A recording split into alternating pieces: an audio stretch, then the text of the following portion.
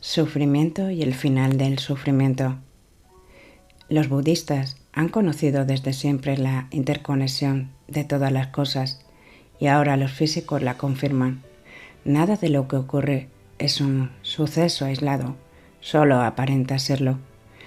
Cuanto más lo juzgamos y lo etiquetamos, más lo aislamos. Nuestros pensamientos fragmentan la totalidad de la vida. Sin embargo, es la totalidad de la vida la que ha producido ese suceso, que es una parte de la red de interconexiones que constituye el cosmos.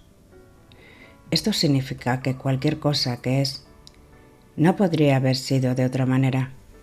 En la mayoría de los casos ni siquiera podemos empezar a comprender la función que un suceso aparentemente sin sentido puede desempeñar en la totalidad del cosmos.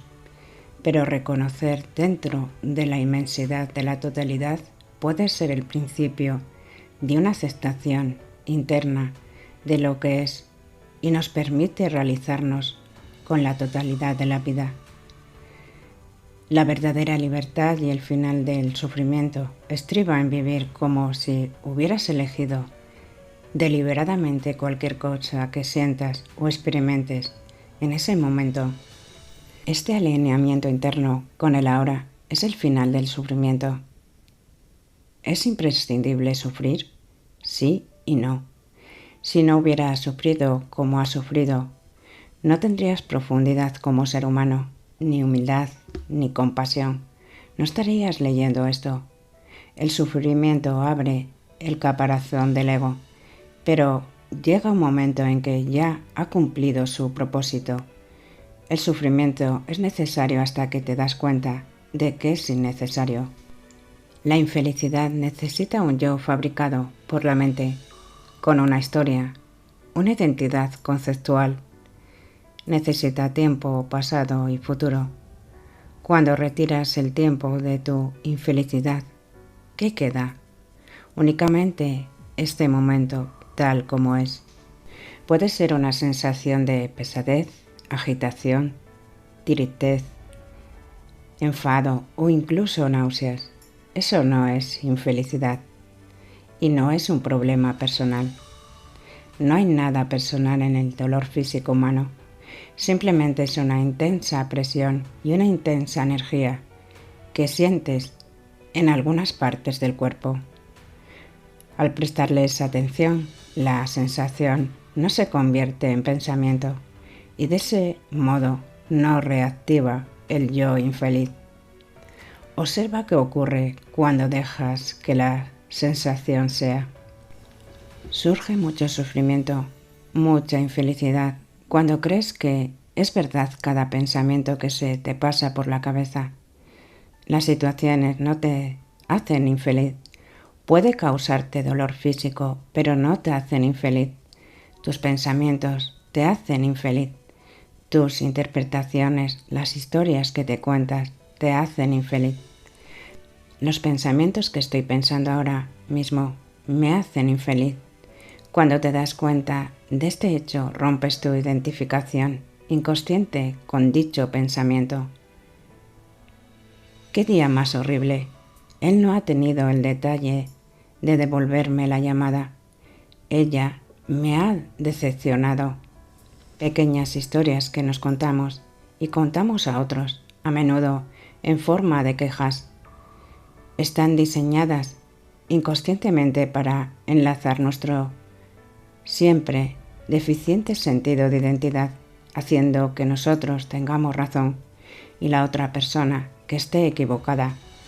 Tener razón nos sitúa en una posición de superioridad imaginaria, fortaleciendo el falso sentido del yo, el ego. Este mecanismo nos crea algún tipo de enemigo. Sí, el ego necesita enemigos para definir sus límites y hasta el tiempo de meteorológico puede cumplir esa función. Los juicios mentales habituales y la contradicción emocional hacen que mantengas una relación personalizada y creativa con las personas y sucesos de tu vida. Todo esto son formas de sufrimiento autocreado. pero no las reconoces como tales, porque son satisfactorias para el ego. El ego se crece en la reactividad y en el conflicto. Qué simple sería la vida sin estas historias. ¿Está lloviendo? Él no ha llamado. Yo estuve allí y ella no. Cuando estés sufriendo, cuando te sientas infeliz, estate totalmente con lo que es el ahora. La infelicidad y los problemas no pueden sobrevivir en el ahora. El sufrimiento comienza cuando nombras o etiquetas mentalmente una situación como mala o indeseable. Te sientes agraviado por una situación y ese resentimiento, la personalidad, haciendo que surja el yo reactivo. Nombrar y etiquetar son procesos habituales, pero esos hábitos pueden romperse. Empieza a practicar en pequeños hechos el hábito de no nombrar. Si pierdes el avión, si dejas caer y romper una taza o si te resbalas y caes en un charco, puedes contenerte y no llamar mala o dolorosa esa experiencia. Puedes aceptar inmediatamente que ese momento es como es. Considerar que algo es malo produce una contradicción emocional en ti. Cuando dejas que la situación sea sin nombrarla, de repente dispones de una enorme energía. La contradicción corta tu conexión con ese poder, el poder de la vida misma. Comieron el fruto del árbol del conocimiento del bien y del mal. Ve más allá del bien y del mal, absteniéndote de etiquetar mentalmente las cosas, de considerarlas buenas o malas. Cuando vas más allá del hábito de nombrar, el poder del universo se mueve a través de ti. Cuando mantienes una relación no reactiva con las experiencias, muchas veces lo que antes hubieras llamado malo dará un giro rápido, cuando no inmediato, mediante el poder de la vida misma. Observa qué ocurre cuando, en lugar de considerar mala una experiencia, la aceptas. Internamente le das un sí interno, dejándola de ser como es. Sea cual sea tu situación existencial, ¿cómo te sentirías si la aceptases completamente como es ahora mismo? Hay muchas formas de sufrimiento sutiles y no tan sutiles que consideramos normales y que generalmente no reconocemos que nos hace sufrir. Incluso pueden ser satisfactorias para el ego. Irritación, impaciencia, ira, tener un problema con algo o con alguien, resentimiento, queja. Puedes aprender a reconocer todas esas formas de sufrimiento cuando se presentan y reconocer: en este momento estoy creando sufrimiento para mí mismo. Si tienes el hábito de crearte sufrimiento, probablemente también harás sufrir a otros. Estos patrones mentales inconscientes tienden a llegar a su fin por el simple hecho de hacerlo conscientes, dándote cuenta de ellos a medida que ocurren. No puedes ser consciente y crearte sufrimiento a ti mismo. Este es el milagro detrás de cada estado personal o situación que parece malo o malvado. Se esconde un bien mayor. Ese bien mayor se te revela tanto dentro como fuera, mediante la aceptación interna de lo que es.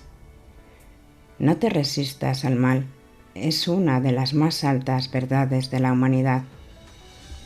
Un diálogo: acepta lo que es. Realmente no puedes aceptarlo, hacer que me sienta molesto y enfadado. Entonces aceptar lo que es.